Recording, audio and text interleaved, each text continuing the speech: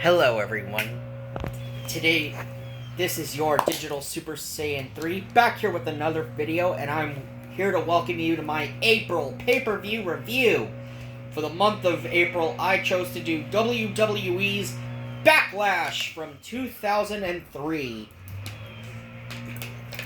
And it took place on April 27th, 2003 in the Centrum in Worcester, Massachusetts. The Worcester Centrum in Worcester, Massachusetts. This is a joint production of both Raw and SmackDown. For the commentary team on Raw, you got Jonathan Coachman and Jerry the King Lawler. And for SmackDown, you got Michael Cole and Taz, because they've always been the SmackDown guys. So, on to the show. This is Backlash 2003. So, yes, a lot happened leading into this show. John Cena won a number one contendership on SmackDown, going through a number one contenders tournament to earn the opportunity to face Brock Lesnar for the WWE Championship. Goldberg also made his debut in WWE on Raw the night after WrestleMania. So, on to the show. Here we are, opening up with a match for the WWE Tag Team Championships. As the champions, Charlie Haas and Shelton Benjamin, taking on Los Guerreros. Los Guerreros finally getting their one-on-one rematch, at Haas and Benjamin, and you have Haas and Benjamin of Team Angle coming out carrying Kurt Angle's picture. They're carrying Kurt Angle's picture with them.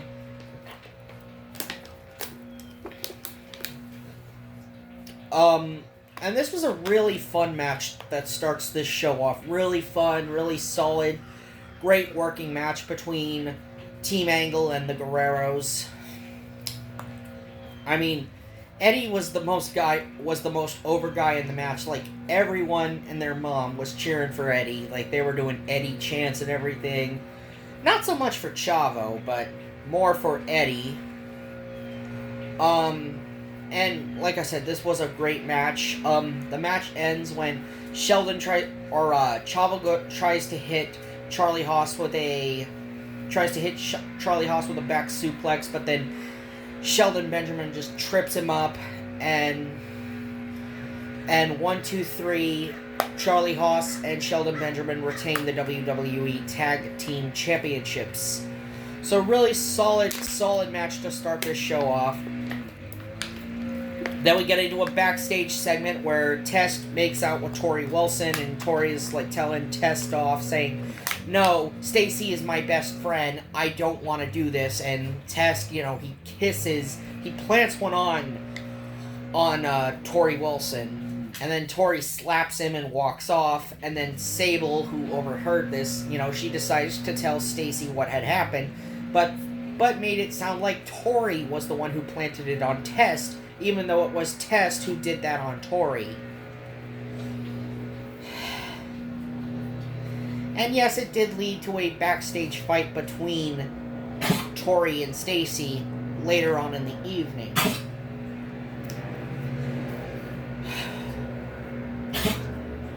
Next up, we get into our next match as Sean O'Haire with Roddy Piper defeats Rikishi. And yeah, this got to be the worst match on this show. I mean, yes, Rikishi was only focused on one person and one person only, Roddy Piper. After all, Rikishi was coming to slide back for his uncle, Jimmy Superfly Snuka, who was nailed in the skull by Roddy Piper with a coconut. So yes, this was a receipt that was 20 years in the making. Piper comes out first with a basket full of coconuts. Yes, Roddy Piper comes out with a basket full of coconuts. And then he introduces Sean O'Haire, and then Rikishi comes out. And, Rikishi does end up hitting Roddy Piper in the head with one of the coconuts. Piper did get hit in the head with the coconuts and got busted open by the coconut. But Sean O'Haire ends up defeating Rikishi with the Death Valley Driver, and 1, 2, 3, Sean O'Haire is your victor. So yes, Rikishi did get his revenge on Roddy Piper, but yeah, it ended up costing him the match with O'Haire, since O'Haire was his opponent in the ring. And yes, this was Sean O'Haire's only singles match pay-per-view that he's had on a WWE pay-per-view. This was his only singles match pay-per-view appearance in WWE. Yeah, it's kind of a shame that Sean O'Haire, he had the look, but sadly WWE didn't want to push him. He had that look, but yet WWE didn't want to push him. They have him be Roddy Piper's protege, and that didn't do anything with him.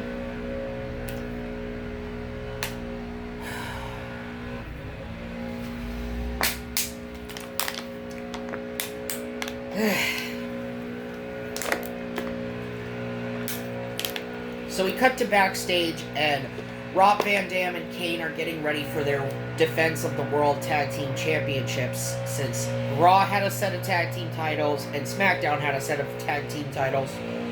So Rob Van Dam is telling Kane,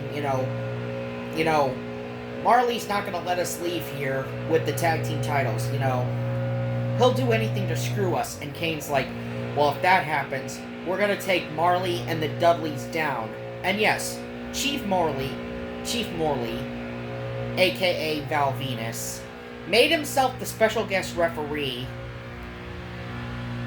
for the World Tag Team title match on Sunday Night Heat,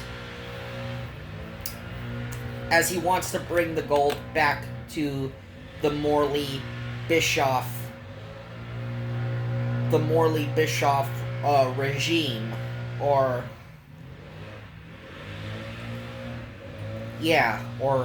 the Morley-Bischoff cabinet, or something like that.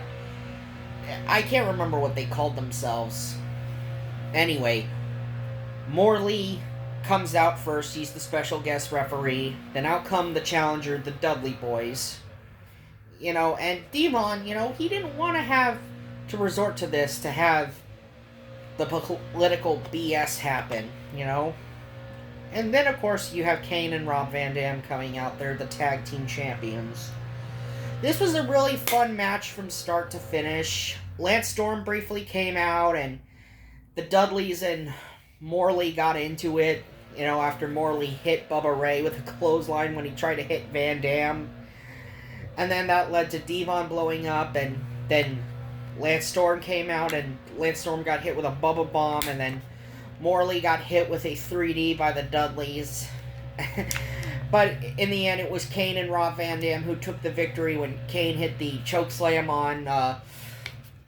on Bubba Ray, and then another referee came out. I forgot which referee it was that came out, and he counted the 3 count since Morley was out. But yeah, it was our first hit of Raw action, and so we got the tag team title. So yeah, Kane and Van Dam remain your World Tag Team Champions.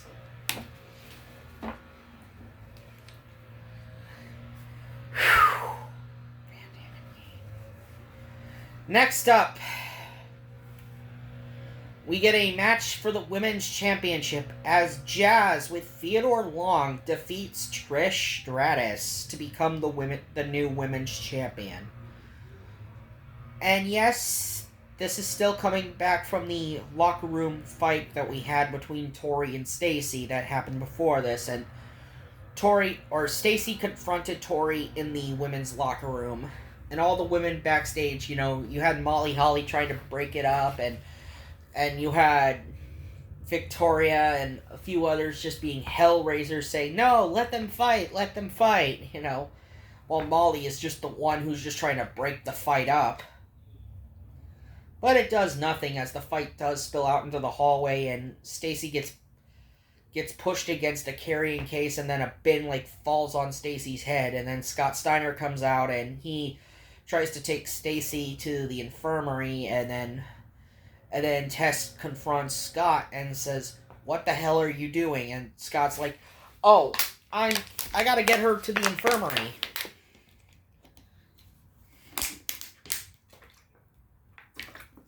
So yeah, Test and Scott Steiner even got into this. And all this started because Sable had to be such a gossip. And an instigator. Yeah, you just had to be an instigator, huh, Sable? Okay, next up we got in the locker room, preparing for the 6-man tag match. You have Kevin Nash, Shawn Michaels, and Booker T all getting ready for their 6-man tag match later on in the night against Chris Jericho, Triple H, the World Heavyweight Champion, and, of course, the Nature Boy Ric Flair. So, yes, you have Nash saying, "Leave Triple H to me. Leave Triple H for me."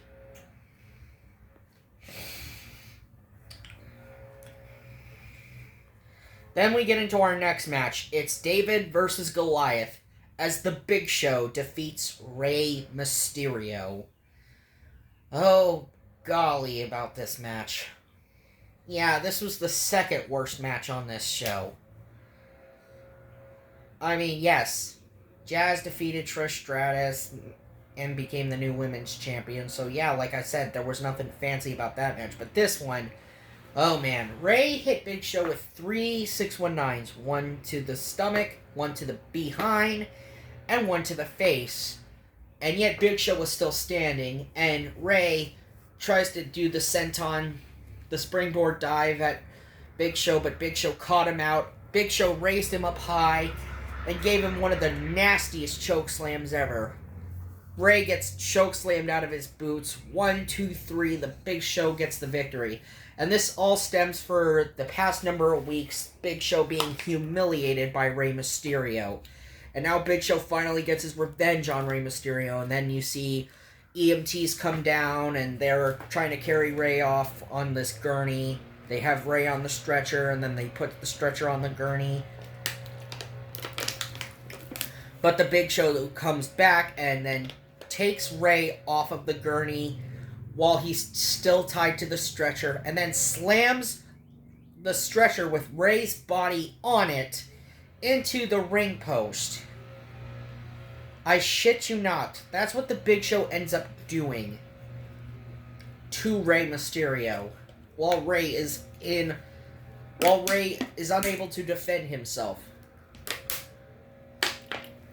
To add further insult to injury.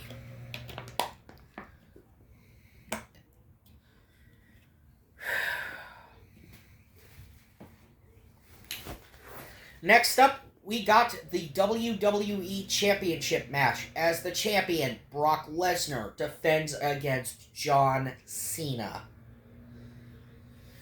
This is stemming from the fact that Cena wants revenge on Lesnar for taking him out, for shattering his kneecap, for shattering his ankle. And Cena's like, "But you left me breathing." And, of course, Cena goes through a hellacious tournament to win the number 1 contendership, to face Lesnar at Backlash. In round 1, he ends up defeating the likes of Eddie Guerrero. In round 2, thanks to help from the FBI, John Cena gets a victory over The Undertaker. And then, in the final round, John Cena defeats Chris Benoit. So now, Cena meets Lesnar at Backlash. And of course, in the lead-up to Backlash, he busts Lesnar open with the title belt, showing no respect.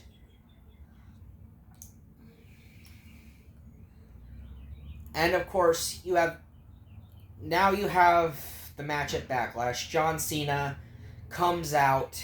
He comes out first, and, he says, "Kill the beat," and then he talks about how he's going to become the champion and everything.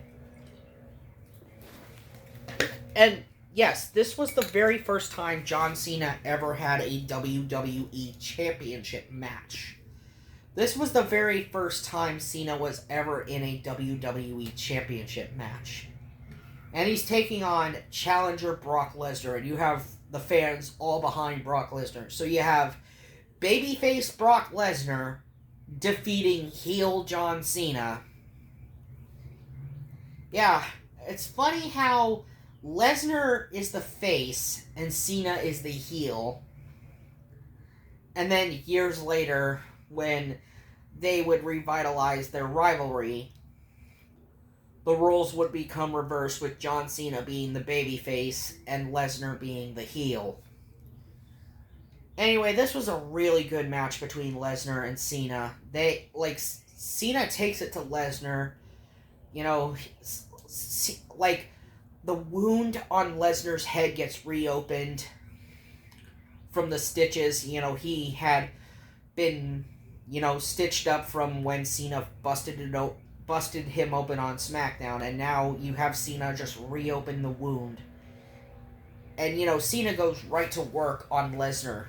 Despite Cena not winning this match against Lesnar, and despite Lesnar ended up retaining his title, Cena still looked great. He still looked like $1 million out here against Brock Lesnar.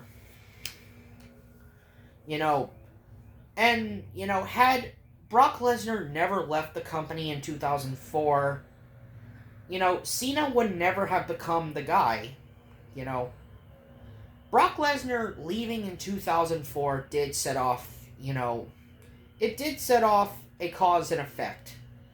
It would lead to Cena and Randy Orton being the guys.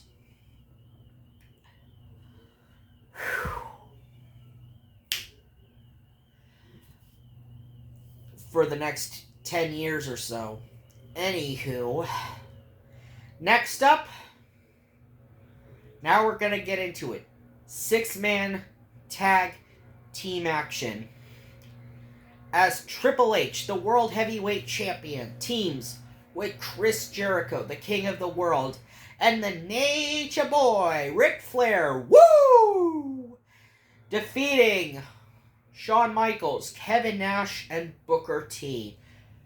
Now, this stems from the night after WrestleMania.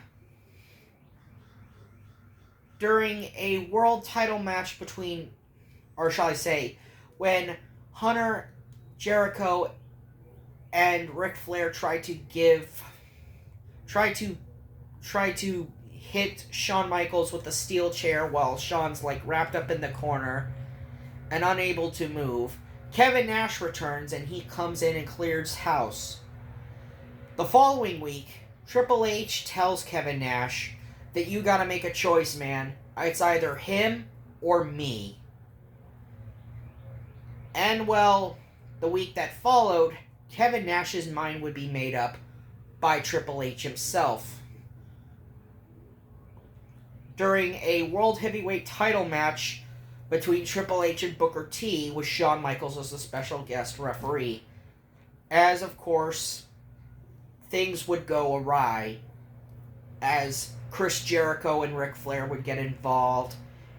And then, of course, it would lead to Kevin Nash coming down, and Nash is fighting off Jericho, and he's fighting off Ric Flair, and then gets low blowed by Triple H, leading to Triple H making up Nash's mind for him. Now we get into the 6-man tag match. You have the babyface team of Michaels, Booker T, and Kevin Nash coming out. Although for Booker T, it's really weird hearing this weird rendition of Rap Sheet, which is his theme that was used in the WWE WrestleMania X8 video game that was on the GameCube. So yeah, you have this weird rendition of Booker T's theme song that looked like it sounded like they just reused the X8 theme song from the X8 video game. For Booker T when he's coming out. Instead of... I don't get why they didn't just use Booker T's regular theme with the "Can you dig it? Sucker.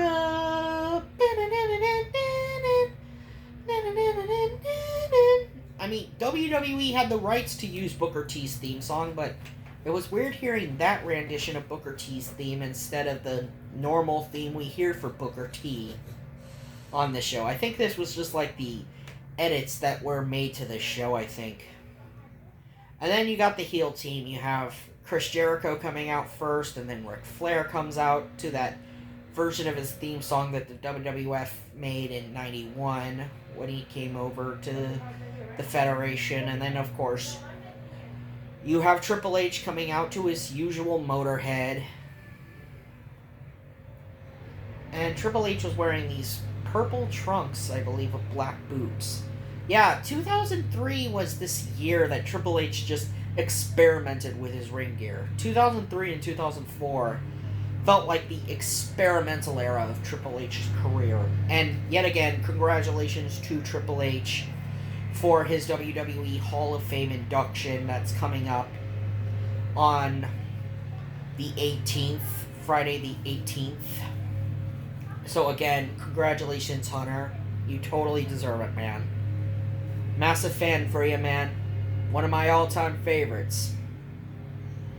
Anyway, the 6-man tag match, like I said, it was a really fun match. Everyone got their licks in. And it ends with Triple H hitting Kevin Nash in the head with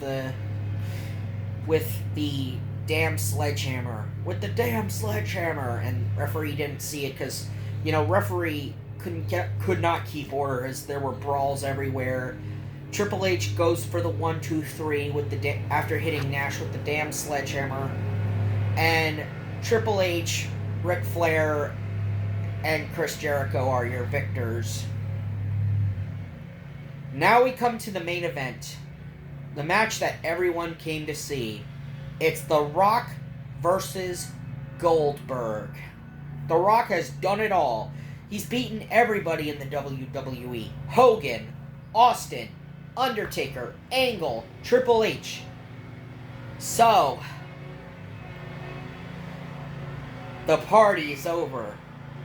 But right as The Rock plans to leave, one man ends up being the roadblock to keep him from leaving. The one man he hasn't beaten yet, Bill Goldberg. The former WCW champion showed up on Raw the night after WrestleMania 19 in Seattle, coming out, and he spears The Rock after telling The Rock, "So, Rock, you want to know who's next, huh? Well, you're next." Goldberg spears The Rock. And of course, for weeks, Rock had been trying to play mind games with Goldberg, even attacking Goldberg with a series of chair shots. But of course, that isn't going to stop Goldberg tonight. So here it is, the main event of Backlash. No titles on the line. It's Icon versus Icon. The Rock and Goldberg. For the first and only time. So, before the match, we have an interview with The Rock, and it's pretty freaking hilarious. You have Terry Reynolds, interviewing The Rock, and Rock is just, he just makes this so hilarious. He talks about how, despite the big smile on my face, I'm not scared of Goldberg. I don't sweat Goldberg. I ain't scared of Goldberg. And then Rock comes out, his music hits, and then Goldberg comes out.